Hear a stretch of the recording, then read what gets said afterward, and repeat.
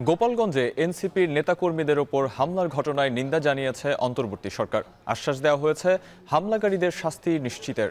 বুধবার বিকেলে প্রধান উপদেষ্টার কার্যালয়ের বিবৃতিতে বলা হয়, গোপালগঞ্জে সহিংসতার ব্যবহার সম্পূর্ণরূপে অগ্রহণযোগ্য।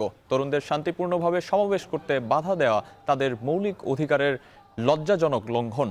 বিবৃতিতে বলা হয়, এনসিপির সদস্য, পুলিশ ও গণমাধ্যমের ওপর নৃশংস হামলা চালানো হয়েছে, তাদের গাড়ি ভাঙচুর করা হয়েছে এবং ব্যক্তিদের ওপর সহিংসভাবে আক্রমণ করা হয়েছে।